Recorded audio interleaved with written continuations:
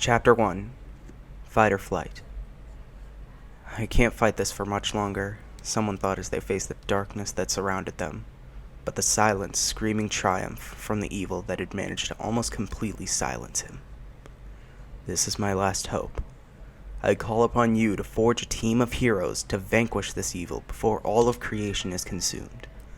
So with the last of my power, I declare, the person brought all of his remaining energy to his hands, and in between his fingers formed a small imp. The little creature had pink skin, a huge mess of light blue hair, black and white horns, dark blue legs that gave the impression of fancy shoes.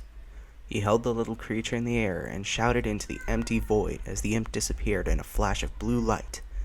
Chaos, control! Despite the creature's history of being the offspring of the Prince of Lust, Asmodeus, the man knew that he would be able to free him. He closed his eyes and began to drift in the boundless silence of the void. As I slowly gained consciousness, I grunted. What the hell happened? I opened my eyes to see I was in some sort of abandoned graveyard. Well, this isn't a very convenient place to wake up to. I lifted myself up and noticed I was only wearing a pair of shorts. I sighed as I dusted myself off. What am I even doing here? As if to answer my question, I heard a faint whisper, like it was being carried on the light breeze flowing through the tombstones and dead trees.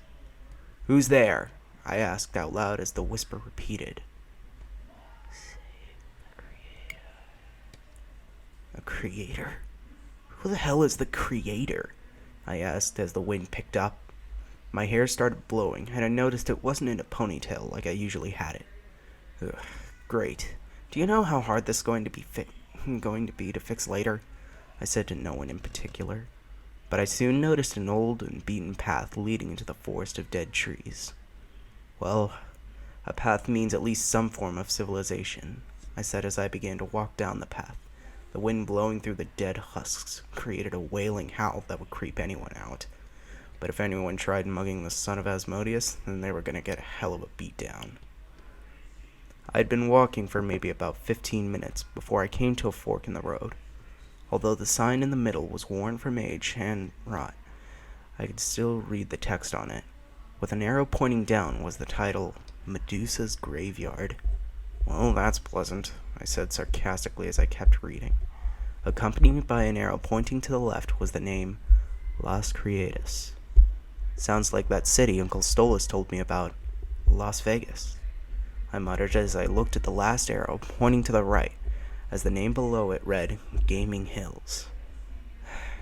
Might as well check that out, I said as I began walking in the direction of the possible settlement.